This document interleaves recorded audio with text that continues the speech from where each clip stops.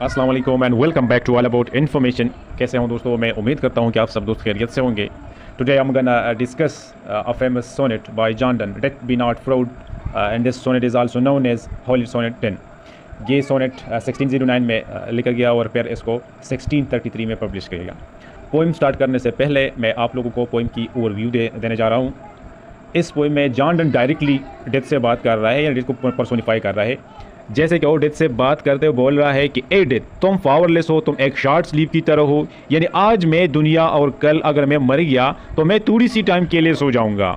उसके बाद मैं दोबारा मेरा जो लाइफ है वो दोबारा शुरू हो जाएगी, जिसमें मुझे जागना होगा और तुम भी वहाँ नहीं होगी।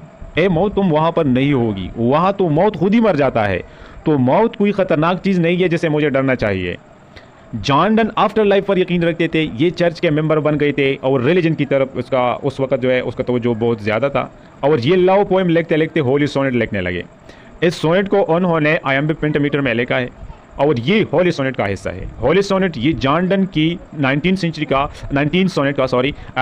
सोनेट का एक कलेक्शन था जो जॉन डन के डेथ के बाद पब्लिश हुआ था और ये कलेक्शन उन्होंने तब लिखा था जब वो चर्च से जुड़ चुके थे और रिलीजन की तरफ उनका तवज्जो ज़्यादा हो गया था। इन पोएम को उन्होंने इटालियन पोएम के पेट्रियार्क के स्टाइल को फॉलो करके लिखा है और इस सोनेट को होली सोनेट 10 भी कहा जाता है या डेथ बी नॉट प्राउड। इस पोएम के ज़रिए जॉन डन हमें और हम जैसे बहुत सारे इंसान को मौत से डरते हैं उनको हिम्मत दे रहे हैं कि मौत कोई डरने वाला चीज़ नहीं है। तो ये था इस पोएम का ओवरव्यू। अब हम इस पोएम की लाइन बाय लाइन एनालिसिस करेंगे। The first line, death be not proud. पहली लाइन में वो डेथ को डायरेक्टली एड्रेस कर रहा है। डेथ को बोल रहा है कि डेथ, तुम अपने आप पर इतना फख्र मत करो। Though some have called thee mighty and dreadful. Mighty का मतलब ताकतवर और ड्रेडफुल का मतलब है डरावना। इस लाइन में कि भले ही कुछ लोग तुम्हें ताकतवर और भयानक माना है मगर इस बात पर तुम घमंड मत करो।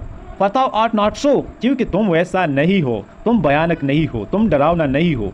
फारदूज होम थैंक्स ताउ डस्ट ओवरथ्रो, कि वो लोग जिन्हें तुम्हें लगता है कि तुम अपने साथ ले जाते हो। डाई नॉट फूर डेथ, ओ असल में मरते नहीं। ए बेचारे डेथ, ओ असल में मरते नहीं। नॉर येट कांस्ट ताउ किल मी, और नहीं मैं कभी मरूंगा जब तुम मुझे लेने आओगे।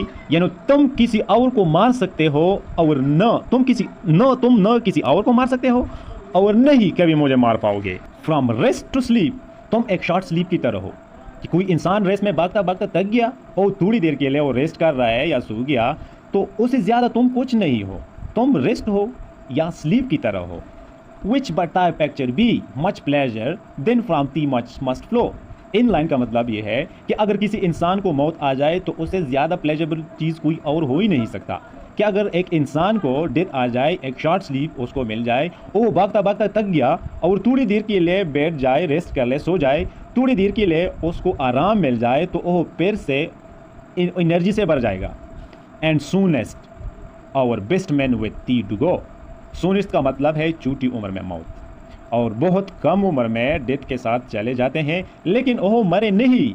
Rest of their bones and souls delivery. ए मौत, वो लोग मरे नहीं जो आपके पास चले जाते हैं, बल्कि तुम उनकी बोन्स को रेस्ट दे रहे हो और उसकी सोल की आफ्टर लाइफ में चले जाते हो। सिर्फ आपका यही काम है कि इस मोर्टल लाइफ से लोगों की सोल आफ्टर लाइफ में पहुंचा देना। Thou art slave to fate, chance, kings and desperate men, and dust with the poison, war and sickness dwell। इन दो लाइनों का मतलब ये है, यहाँ पर डेथ को स्लेव की तरह बताया गया है कि वो स्लेव है किस चीज़ का? फेट का स्लेव है, chance, Kings and disparate man का स्लेव है, पॉइजन्स का स्लेव है, वार का स्लेव है, सिकनेस का स्लेव है। इन दो लाइनों का मतलब ये है कि डेथ की अपनी खुद की औकात ही नहीं है कि वो खुद किसी को मार सके। वो एक ग़ुलाम है, वो एक ग़ुलाम की तरह है। किसकी ग़ुलाम है? फेट की ग़ुलाम है, चांस की ग़ुलाम है, किंग, डिस्पेरेट मैन की वगैरह वगैरह, इन चीज़ों का ग़ुलाम है। ये सारी चीज़ें होंगी तो तब मौत को मौका मिलेगा कि वो किसी को अपने साथ ले जा सकते हैं। फेट या चांस का मतलब ये है कि किसी का अगर किस्मत ख़राब हो गया, वो मर गया। किंग का मतलब यहाँ पर यह है कि अगर किसी किंग ने किसी को मारने का हुक्म दिया। डिस्पेरेट मैन का मतलब ये है कि कोई आशिक और उसने सुसाइड कर लिया अपने बिलवड के लिए। पॉइजन का मतलब ये है कि किसी ने जहर कर लिया। वार का मतलब ये है कि लड़ाई में कोई मारा गया। और सिकनेस का मतलब ये है कि कोई बीमार हो गया और वो मर गया। ये सब चीज़ें होती है तब ही डेथ किसी को ले जा सकती है। उसकी खुद की कोई मर्ज़ी नहीं चलती कि वो जाकर किसी को मार दे। जब ये चीज़ें होंगी तब वो जाके किसी को मार सकते हैं। इसलिए यहाँ डेथ को स्लेव कहा है कि तुम ग़ुलाम हो इन चीज़ों का, तुम्हारी खुद की कोई औकात ही नहीं है।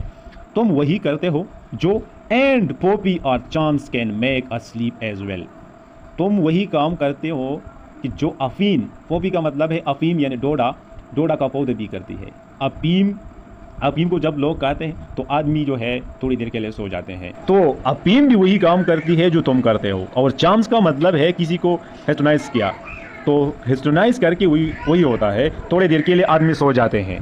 तो पॉपी और चार्म्स भी हमें थोड़ी देर के लिए रेस्ट दे सकते हैं। तो तुम ऐसे भयानक तो हो ही नहीं, तुमसे तो ये अफ़ीम, पॉपी और चार्म्स भी अच्छे तरीके से करते हैं। एंड बेटर देन ताई स्टॉक, और पॉपी और चार्म्स तो तुमसे बेहतर है, तुमसे बेटर तरीके से ये काम करते हैं। वाई स्वेलेस ताओ देन, तुम क्यों अपने आप पर प्राउड फील कर रहे हो? तुम वही करती हो जो पॉपी और चार्म भी कर सकते हैं, बल्कि आपसे बेटर काम कर सकती है। ऑन शॉर्ट स्लीप फास्ट, एक बार जो हमारी रात की नींद पूरी हुई, वी वेक इटर्नली, हम फिर से जाग जाएंगे।